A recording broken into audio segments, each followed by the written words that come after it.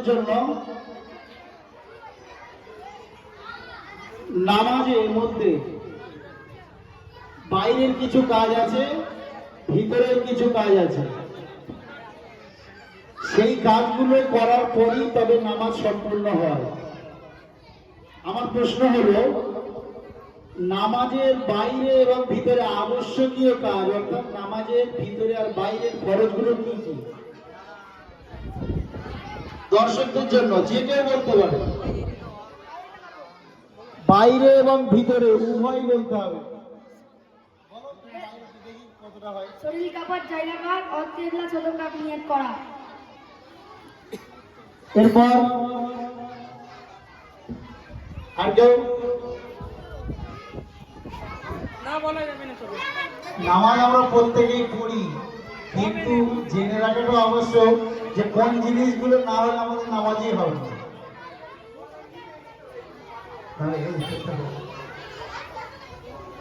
আর কে বলবে?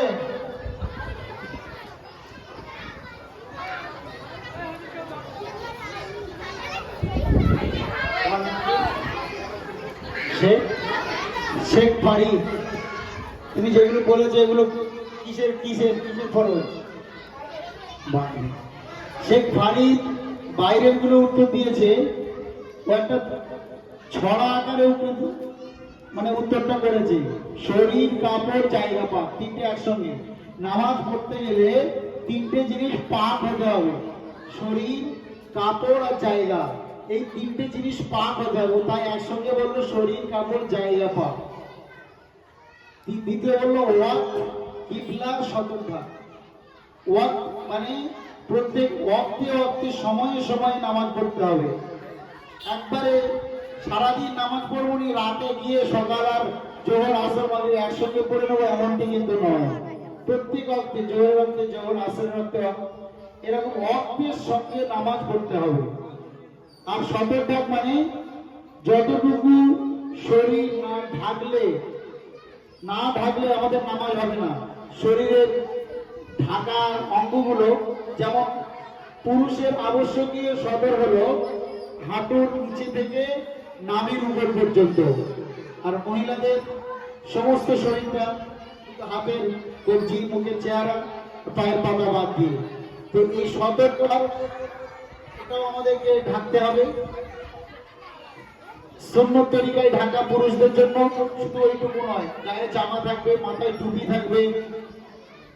আরেকটা হলো নিয়ত করা, আমি কোন সময় নামাজটা পড়ছি, নিয়ত অন্তরে আছে যে আমি কিসের নামাজটা পড়তে যাচ্ছি, এটা আমাদের অন্তরের নিয়ত আছে। কিন্তু তা সত্ত্বেও মসজিদটা মুস্তাহাব, ওটা ফরজ নয়। আর ভিতরে যেগুলো আছে, কিয়াম করা। এই কিয়াম করা মানে কি জানো? কিয়াম মানে কি বলো তো? কিয়াম মানে দাঁড়িয়ে দাঁড়িয়ে নামাজ পড়া। কোন ব্যক্তি তার সক্ষম অবস্থায় ইচ্ছাকৃতভাবে বসে নামাজ পড়লে তার নামাজ হবে না, অর্থাৎ তাকে দাঁড়িয়েই করতে হবে যদি ক্ষমতা থাকে। ক্ষমতা না থাকলে বিকল্প ব্যবস্থা আছে, বসেও তখন করতে হবে। কিয়াম করা, কিরাত পড়া। নামাজ আমরা কিরাত করি, সূরা ফাতিহা, অন্য সূরা। রুকু করা, সিজদা করা, শেষ বৈঠকে বসা, তাকবীরে তাহরিমা বাঁধা, এই সমস্ত গুলো ফরজ, ভিতরের বাইরের গুলো। এই 13টি জিনিস আমাদের না করলে নামাজটা পরিপূর্ণ হবে না। জাযাকাল্লাহ। পরবর্তী দর্শক কুইজ। আমাদের পার্শ্ববর্তী এলাকা একজন মহান পুরুষ শুয়ে রয়েছেন, ফুরফুরা দরবার শরীফ। এই ফুরফুরা দরবার শরীফের পীর, আমাদের সকলের মুর্শিদ আবু বকর সিদ্দিক রাহমাতুল্লাহ আলাইহি, তিনি কত সালে পৃথিবী থেকে বিদায় নিয়েছিলেন বা কত সালে ইন্তেকাল করেছিলেন?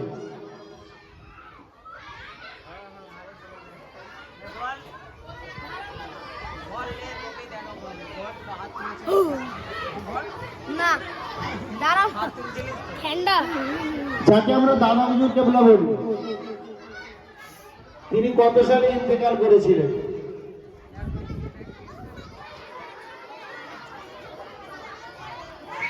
হবে না, আমি উত্তরটা বলে দিচ্ছি। 1939। দর্শকদের জন্য একটা সহজ কুইজ। পবিত্র কোরআনে 114টি সূরা আছে। আমরা জানি প্রত্যেকটা সূরার প্রথমে বিসমিল্লাহ শরীফও আছে, কিন্তু দর্শকদের জন্য কুইজ হলো কোন সূরার প্রথমে বিসমিল্লাহ নেই? যে কেউ বলতে হবে, যে হাত তুলেছে আগে তাকে দিতে হবে। সূরাতুত তাওবা। সঠিক উত্তর সূরাতুত তাওবা। নারে তাকবীর।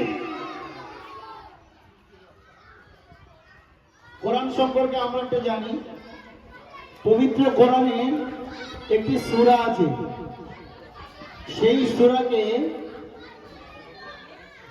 আল্লাহ তাআলা বলেছেন, রাসূলুল্লাহর হাদিস, সানামুন মানে পর্বত শৃঙ্গ, কোরআনের চূড়া, সানামুল কোরআন, কোরআনের চূড়া। কোরআনের একটা বিশাল আকৃতির সূরা, সেই বা কোরআনের চূড়া, সেই সূরাটির নাম কি? যে আগে হাত তুলবে তাকে দেবো।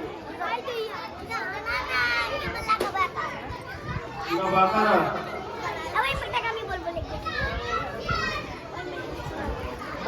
সূরা বাকারা। সঠিক উত্তর সূরাতুল বাকারা। নারে তাকবীর।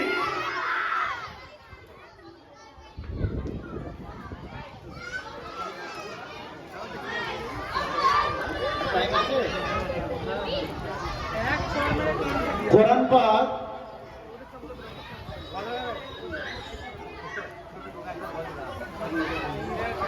কোরআনুল কারীমে আল্লাহ তাআলা বিভিন্ন প্রাণীর নামে সূরা অবতীর্ণ করেছে।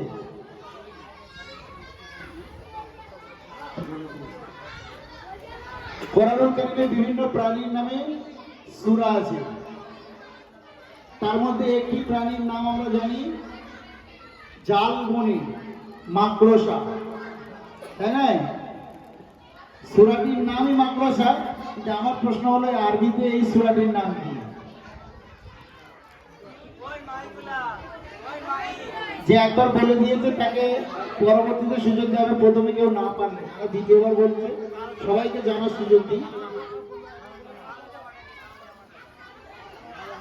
সূরা আনকাবুত। সঠিক উত্তর সূরাতুল আনকাবুত। নারায়ে তাকবীর। আল্লাহু আকবার। নারায়ে তাকবীর। নারে তাকবীর।